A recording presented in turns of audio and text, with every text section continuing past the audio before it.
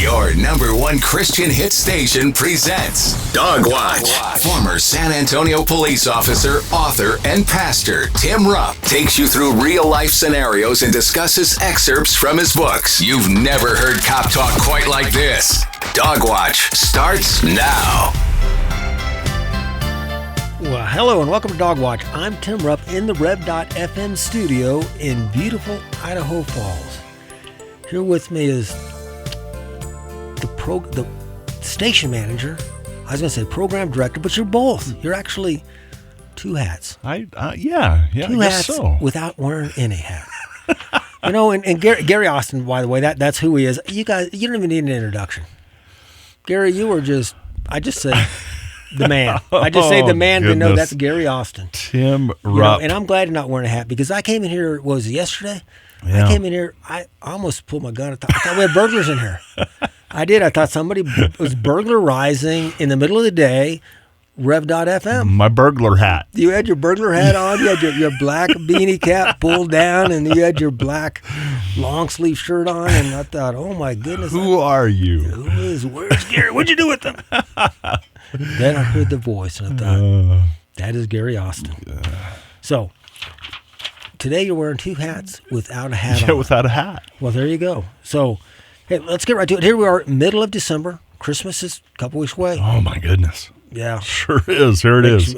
Make sure you have, and if you say, I don't know, I need that last minute Christmas present. You know, I've got books for sale. That's right. I'm just saying. Yeah. You know, and books that will support the Strong Blue Line Foundation. Anyways, let's talk about our Officer Down, a memorial to Officer Down. Yes. So this comes from the Officer Down Memorial page. Great site, just to give you a lot of information. Really is. Yeah. And I like all of the bios on the officers who've been killed in the line of duty, but the historical ones are really cool. And this is Deputy Sheriff Robert Godley. Sheriff Ed Davis deputized and ordered James Godley, a doctor by trade, and J.F. Henderson to arrest Bob Smith. So, Gary, this is old school. This is Sheriff sure to is. the doctor. Yeah. And said, hey, Doc, I need you to arrest somebody. You're a deputy. Raise your right hand and swear. He deputized. Yeah. Smith was wanted. Get this, Gary. Smith was wanted on the charge of bigamy. Oh, my goodness. Yeah. I wonder if one of the wives filed on him. Yeah. Who knows? Anyways, he was wanted for bigamy. When the two deputies attempted to make the arrest, Smith used a shotgun, shot and mortally wounded Godley. Godley died the next day. Man. Doctor, it says here at the bottom, it says he's 31 years old. Oh, my goodness. 31-year-old doctor deputized. Anyways, that day? Yeah, that same day. Yeah. The same day. Bob Smith escaped in a hail of gunfire. He was arrested several weeks later. And it doesn't say what happened to him, but in 1950s, there was a poem written about the bad guy, Bob Smith. It's called The Ballad of Bob Smith. Oh, be darned. That sounds like something made up, doesn't Bob Smith, It does. you know? Yeah, generic. The Ballad of Bob Smith by Lucas Henderson. So, you know, Henderson, that was the name of the other deputy. Huh. The same last name. So I bet you it was Ken. It just Yeah. spelled the same way. I bet you it's Ken. Uh-huh. Written in the middle 1950s, states that Bob Smith was lynched in his jail cell at Fosterville. Dr. Godley was survived by his wife, Georgia, and 4 children. He's believed to be buried in an unmarked grave in an area of the former town of Fosterville in northeastern Anderson County, Texas. 31 years old. Bigamy. Tour of duty one day. Deputy time. And because he didn't want to get arrested for bigamy, he killed it. It's crazy. That is crazy. Don't Just understand get arrested for bigamy. Right. Figure it out, man. Yeah. You want 2 angry women at you, or you ready to go to jail? Yeah. Yeah, Anyway. your choice. Yeah. Senior Corrections Officer Scott Osborne Reiner, end of watch today, Tuesday, December 13th, last year. So, this just 22. So, yeah. So, Senior Corrections Officer Scott Reiner arrived at work at the Gwinnett County Correctional Center This was early in the morning. He encountered a subject in the facility's parking lot, and the subject attacked him. Just attacked him. During the ensuing struggle, Officer Reiner was fatally shot. He was located by other officers at the facility. That's horrible. So he just showed up for work and was attacked in the parking lot. Yeah.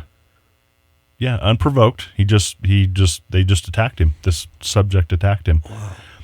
Wow. The subject fled the scene but was arrested 3 days later and charged with felony murder and aggravated assault.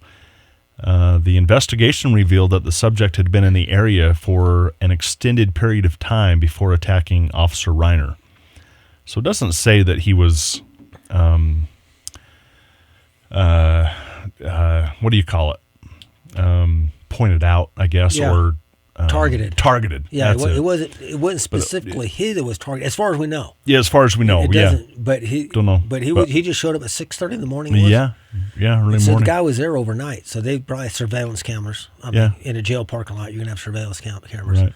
The guy was hanging out, and he just wanted to kill a law enforcement officer. I think that's probably what it was. He just wanted to kill a cop. Mm-hmm. I think so too. And he did so. Yeah, he was 59. 59 years old. Wow. Yeah. So pretty interesting. Hey, and if obviously you're listening now, but if you missed one of our shows, you can catch us on Amazon, Google, Apple, and Spotify podcast platforms. And of course, you can always catch archive shows at the rev.fm. So if you missed a show, please listen up. And hey, I'll mention again at the end, but if you have any suggestions or complaints about our show, talk to Gary. But if you have any suggestions or anything you want to ask a cop. Yeah, there you go. Send us an email, dogwatch at the rev.fm. Yes. And we'll talk about it. Even if I don't have the answer for you off the top of my head, I'll find it for you. We'll look it up. Yeah, that'd be a good thing. And if not, Gary will just make up an answer. And we'll get it to you. The yes man. The yes man. Okay, so as I was doing some research for the show, I came across this article in Police One, Parents of Slain LASD, that's Los Angeles County Sheriff's Department, deputy to Sioux County over fatigue. I thought, well, what in the world's going on here? So I looked at this, Gary, and what happened, this Deputy Ryan Klinkenboomer, I believe that's how I pronounce his name. I think so. Anyways, I did some research on this guy. He's the fourth generation law enforcement officer in his family. Wow. Third generation on the LA County Sheriff's Department. That is something. So, I mean, this guy, blue runs through his veins. Yeah. And he's doing this. So he's working the evening shift. And it was early in the evening, 6 o'clock in the evening. The sun was still shining in California. And a beautiful day. And he was on Santa, what's the highway he was on here? I'm going from memory on this. I looked it up. Anyways, he was on this highway. I don't think it says in this article. I looked at another article. He pulled up to a stop, pull up to a light and stop. And he was in the right-hand lane, the outside lane. He stopped for a light, and while he was waiting for the light to cycle, a dark sedan pulled up next to him. And as it pulled up next to him on the driver's side, somebody shot from the dark sedan into the deputy's car with a .22 caliber gun. Didn't say whether it was a pistol or rifle. It just said it was .22 caliber. And they hit the officer and they sped off.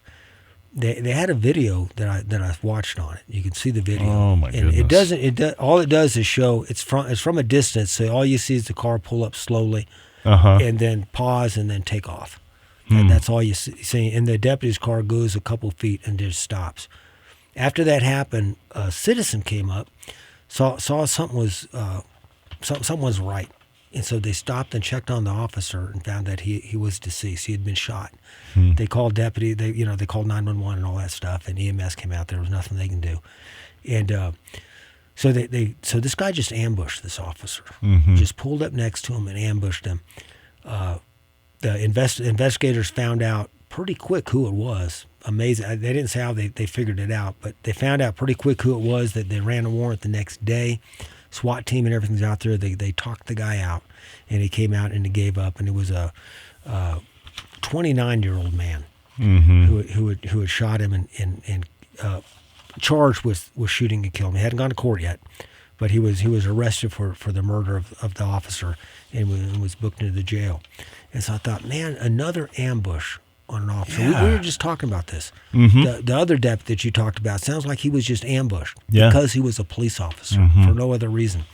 And so here we go again, another ambush. But what really caught my attention was this took place back in September of this year. On November 28th, the parents filed a lawsuit against the county, the sheriff's department, and the city of Palmdale. That's where it took place, in the city of Palmdale. Oh, okay. And they filed a $20 million lawsuit for wrongful death. Because what they were doing, Gary, is the LA County Sheriff's Office was mandating 100 hours of overtime per month for each officer. Wow. So 100 hours, there's 40 hours in a work week. Right. A typical work week. So 100 hours is 2.5 weeks. That is outrageous. So what you're doing is you're taking 1 month, which is just over 4 weeks, right? 30 days, 31 days, and you're adding 2.5 weeks to that.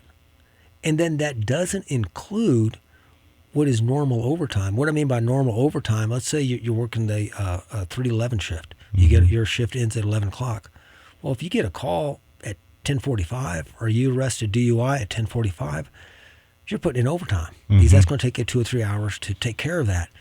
And so, and you're already working in mandatory overtime for 100 hours. Exactly. And this 100 hours overtime is not like, okay, you work an 8-hour shift, so now you got to work a 9-hour shift. No, it's you work an 8-hour shift, now you're going to work another shift back to back. And they're working these back-to-back shifts and so forth. And so looking at that, you think, well, they're suing the county because maybe the guy was fatigued. And so I did a little bit of research on sleep deprivation in law enforcement. Now, we have talked about this in the past, but I was able to find this study that was done by the National Institute of Justice, the NIJ, January 5th, 2009. So this is 2009. So this study isn't something that just happened, and there's been more studies since then, but there's a lot of things. The title of this study, or this article that talks about these different studies, Impact of Sleep Deprivation on Police Performance. And it starts off right away. It says, sleep deprivation is comparable to excessive drinking. So do you want some guy that's running around answering calls, police radio, that's drunk? Exactly. That's been drinking? No, you definitely don't. Yeah, that's it says not sleeping for 17 hours impairs a person's motor skills to the extent of an equivalent of having alcohol toxicity of 0.05. Okay, that's 17 hours. That's not that long, 17 hours, but that's not sleeping for 24 hours was equivalent to a toxicity level of 0.10. Huh. In most states, that used to be Texas, used to be 0.10. Now most states are 0.08. 8, yeah. And so you're already legally drunk if you haven't slept for 24 hours. Wow. The level of deprivation would impair speech, balance, coordination, and mental judgment. Sleep deprivation can cause work-related accidents. I thought this was interesting. It said 4 out of 8 officers involved in on-the-job accidents, that's 50% if I did my math right, injuries were impaired because of fatigue. So half the accidents in your agency is because officers are tired. You know, it's interesting, this whole sleep deprivation, you know, we're talking about the effect on police performance. But I remember my dad talking about situations, you know, arresting somebody for being drunk. Right. You know, and this was, you know, of course, 80s, 70s, and they were actually having some sort of a medical episode. Oh, yeah. And anyway, so interesting whether it's sleep or a medical, you know, it sometimes. could be a medical problem. Yeah, and you know, we think of people, well, you're too drunk to drive. Well, maybe you're too tired to drive. Right. If you're too tired to drive, you're probably too tired to do law enforcement. Exactly. Yeah. Anyways, so true. And so some of the research has shown this. Fatigued officers use more sick leave. Practice inappropriate uses of, and so they use more sick leave.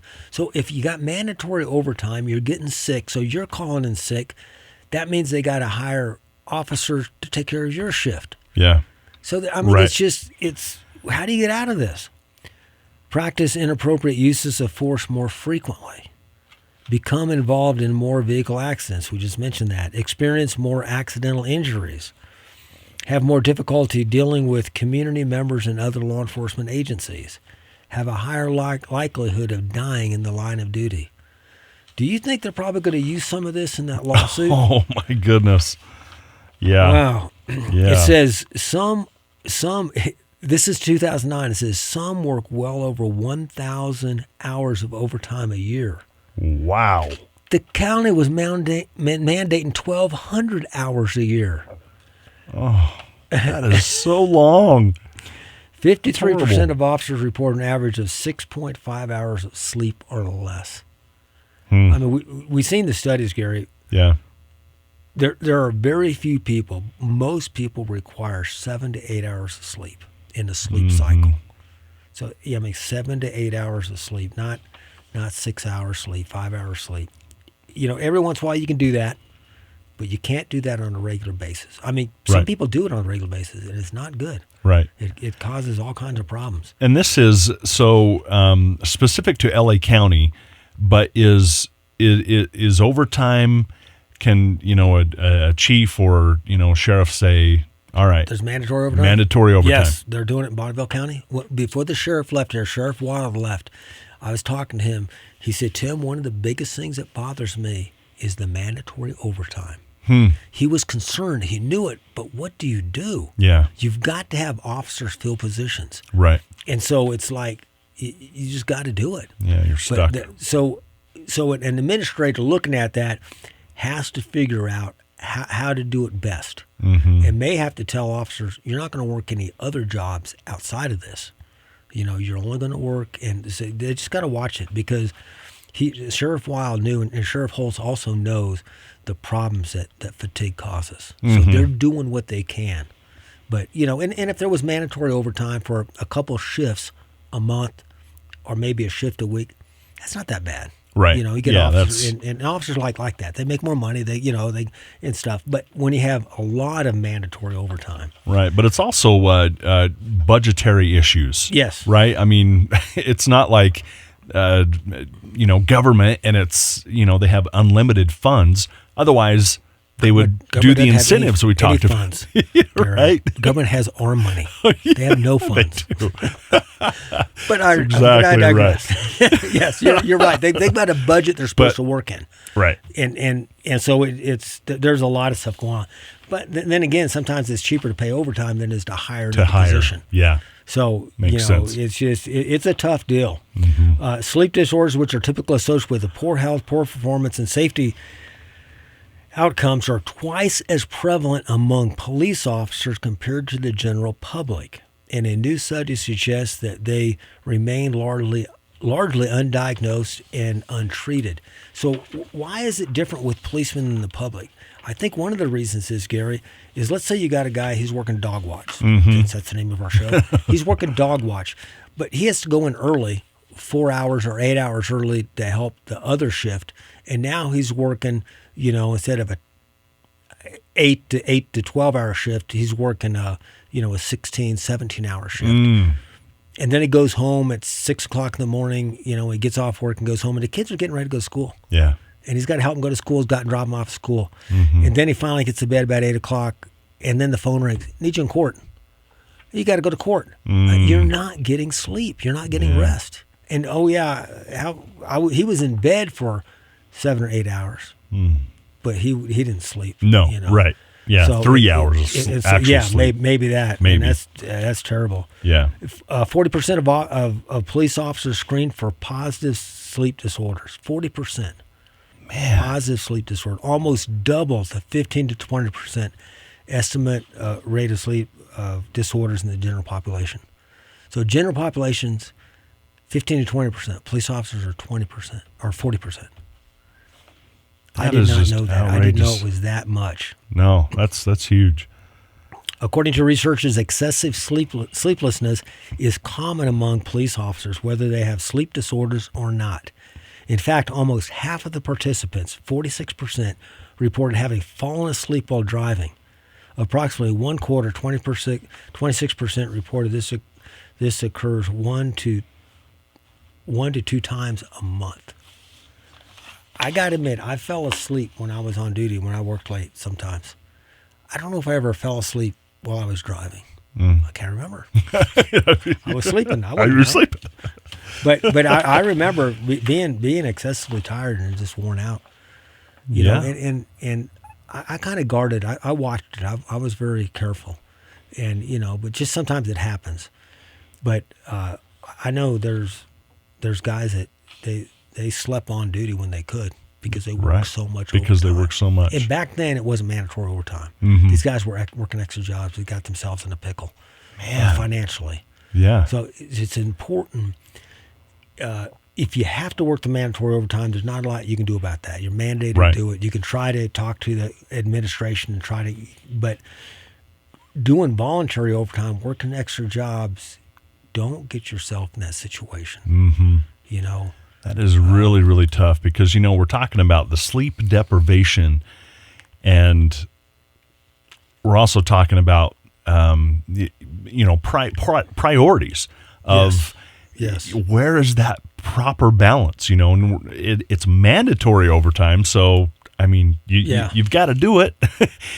But how do you get that balance? You talked about the dog watch shift and coming home and the kids are going to school and you don't actually get to bed until, so much time. Where's your spiritual, stuff and your, mental, and that just all falls apart. It does. And so, it's horrible. And if you do have control, I'm making all this extra money. What's your quality of life? Exactly. Yeah, you can't enjoy the boat because you're so tired all the time, and then you're frustrated and you go out there I'm going to go fishing with my son. That's why I bought a boat.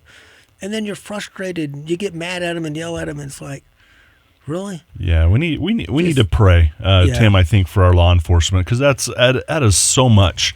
In my mind, it's just overwhelming to me to think that a man or woman who is to protect me may be very tired, sleep deprived. Yes. And that's horrible. So we just need to pray for them. Yes, dude, please pray for your police officer. When you see a police officer drive by, just pray for him. Just pray for him. Yep. If you're driving, don't close your eyes and bow your head. Just pray. Please. Yeah. Hey, thanks for listening. And if you have a topic or question you want to address on Dog Watch, send me an email. You can email suggestions, questions, or comments or complaints to dogwatch@therev.fm. Dogwatch@therev.fm. A thought from the good book today: in peace I will both lie down and sleep. For you alone, O Lord, make me dwell in safety. Thank you for joining us. Remember, make the watch strong. Dog Watch is brought to you by the Strong Blue Line and your #1 Christian hit station. Send your comments and questions to dogwatch@therev.fm. You can download the Dog Watch episodes from therev.fm, as well as offer your financial support for this program. Be encouraged, be strengthened, be enabled in your faith with Dog Watch.